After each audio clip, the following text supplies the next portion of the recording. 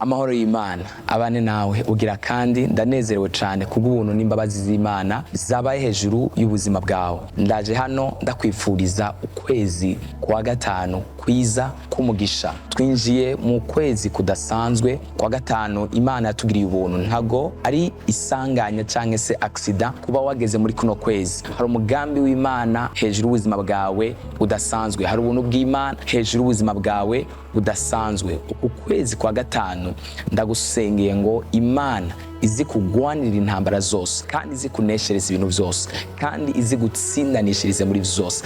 Birashoboka yuko hariho ibitari bwakunde n'ibitegeze bikunda mu mezi atandukanye, ariko kuno kwezi kwa gatanu uzuronke kunesha no gutsinda muri byose. Uneshe umubiri, uneshe kamere, uneshe ibyifuzo by'umubiri, uneshe abansi bawe, nico guhagurukira cyose kukuburanya uzugitsinde mu izina rya Yesu Kristo. Inama n'imigabo n'imigambi yose mwisi umwijima vyategekanije kuri agenda y'ikuzimu n'iy'abadayimoni n'iy'abarozi, nta bubasha nta n'ubushobozi izoronka hejuru y'ubuzima bwawe. Reka umwami Yesu Kristo anyegeza abawe, umuryango wawe, abo muvukana, abavyeyi bawe, inshuti zawe, imiryango yawe mu maraso ya Kristo Yesu. Ubushobozi bw'Imana buze bukuneshereze kandi buze bugutsindanishirize. Kuno kwezi uhoraho agukomoreze, akugarukanire ibyawe byose wari waranyazwe. Kuno kwezi inkuru nziza zize zigwire cyane mu matwi yawe. Kuno kwezi uhoraho aza kuneshereze kandi aza gutsindanishirize. This month will be the month of holiness. Kuze kuba ukwezi ko kwezwa no gutunganywa no kuduga mu nyonga z'ubwiza bw'Imana. Uko bwije nuko bukeye ugume we experiencinga ubwiza bw'Imana, igikundiro cayo, imbabazi zayo. Umwami Yesu agusiga amavuta, Umwami Yesu agusiga igikundiro, Umwami Yesu agusiga ubwiza, Umwami Yesu agusige ubuntu, igikundiro na faveur y'Imana izibe hejuru y'ubuzima bwawe. Umuryango wose uzododorako uze wuguruke mu izina rya Yesu Kristo. Ikintu cyose cy'imitego n'imyampi y'ikuzimu yose turayugaye in the mighty name of Jesus. Turahagarika ingwara yose yari kirategekanywa mu isi y'umwijima kuza ku buzima bwawe. Turahagarika icago cyose cyariko kirategekanywa ku buzima bwawe. Turahagarika imigambi yose yo mu isi y'ikuzimu. Turahagarika ibyaha n'imigambi n'imigabo ya badayimoni yari kirategurwa ku buzima bwawe.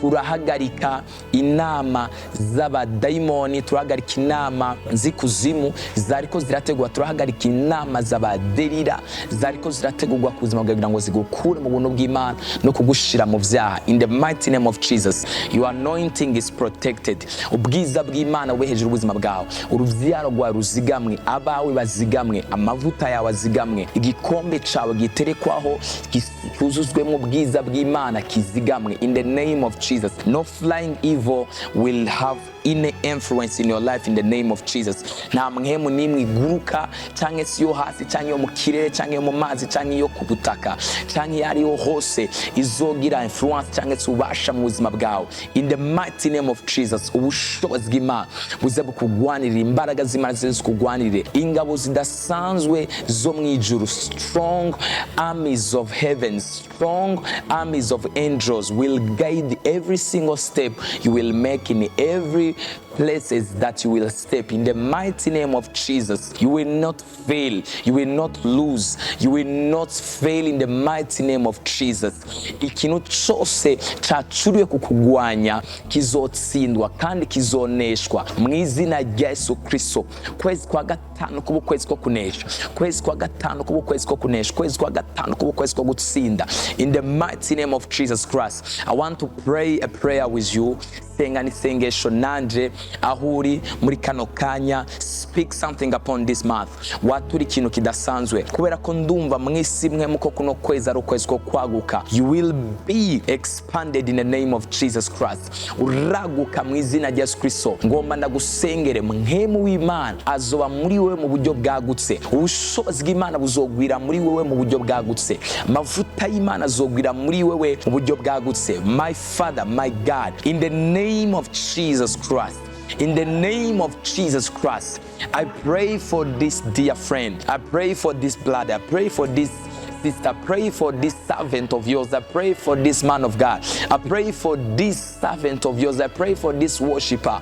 I pray for this intercessor. Pray for this one. Ndasengeye uyu musenzi, ndasengeye umukozi wawe, ndasengeye muvuga butumwa, ndasengeye umuririmbyi, ndasengeye umugabo, ndasengeye umugore. In the mighty name of Jesus, ubushobozi bwose bw'umwijima bwari bwategekanyijwe mu isi y'umwiza kugira ngo bushobore kumugirira nabi, turahagarika imigabo n'imigambi yose yo mu isi y'umwijima. Lanto shekele blosataya reblosate keleboshia lanta kosha telebosha.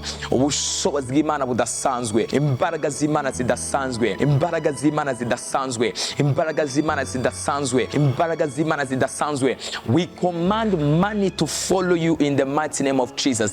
Imbaraga z'umwijima zose zive mu buzima bwawe, imbaraga z'umwijima zose zive mu buzima bwawe, imbaraga z'umwijima zose zive mu buzima bwawe, imbaraga z'umwijima zose zive mu buzima bwawe, inkomezi z'umwijima zose zive mu buzima bwawe. In the name of Jesus, utegerezwa gutsinda, utegerezwa kugera kure, utegerezwa kubandanya.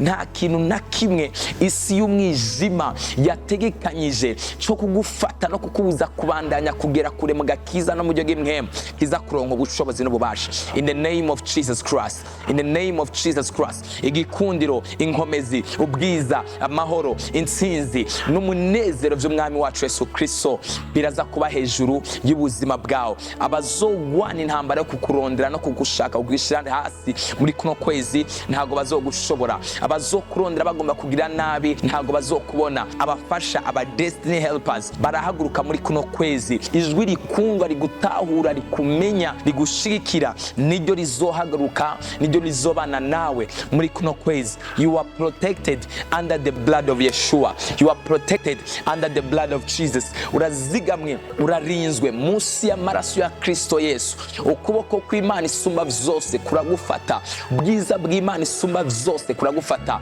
Amahoro n'umunezero bibe hejuru y'ubuzima bwawe, ubuntu n'imbabazi n'amahoro no kugira neza k'umwami wacu Yesu Kristo birushirize kuba hejuru y'ubuzima bwawe. Nta ngwara nimwe yategekanyijwe mu isi y'umwijima kuri agenda na programme na calendrier yo mu isi y'umwijima izoshobora kugushikako.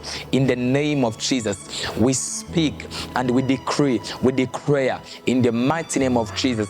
I pray victory belongs to you. Victory belongs to you. You are more than a conqueror. In the name of Jesus, you will conquer everywhere you would go, everywhere you will reach. You will control. The power of the Lord will control everything which will be around you in the mighty name of Jesus Christ. Amen. Bless you. Sangiza iyi message abandi kugira ngo nabo bashobore gufashwa no kwatugwa kw'amajambo y'ubugingo n'ubushobozi muri kuno kwezi. Bless you. Mwami Yesu akugire neza cyane. Shalom.